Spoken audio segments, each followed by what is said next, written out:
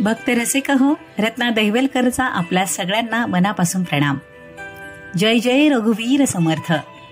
सखीनो, 22 February 2025 दासनवमीचा पवित्र दिवस, अर्थात समर्थ रामदास स्वामींचा हा समाधी दिन. हा दिवस माघ वद्य नवमीला साजरा केला जातो. गेल्या वर्षी आपण घरोघरी दासबोध हा उपक्रम मोठ्या भक्तिभावानं पार पाडला. यंदा दासनवमीच्या पवित्र दिवशी आपल्या संपूर्ण कुटुंबासह मारुती स्तोत्र पठणाचा संकल्प करूया. संत रामदास स्वामींनी रचलेलं मारुती स्तोत्र हे फक्त स्तुती नाहीये, तर आत्मशक्ती जागृत करणारे ते मंत्र आहेत. भीमरूपी महारुद्रा वज्र हनुमान मारुती.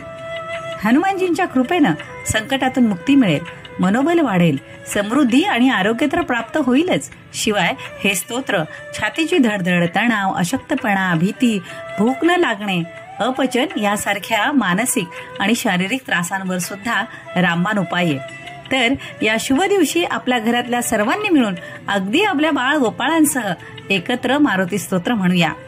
कधीही दिवसभरात आपल्याला शक्य होईल तेव्हा. चला तर मग आपण सर्व राम भक्तांच्या या भक्तिमय मारुती स्तोत्र पठण यज्ञात मोठ्या संख्येनं सहभागी होऊया. जय श्रीराम, जय हनुमान.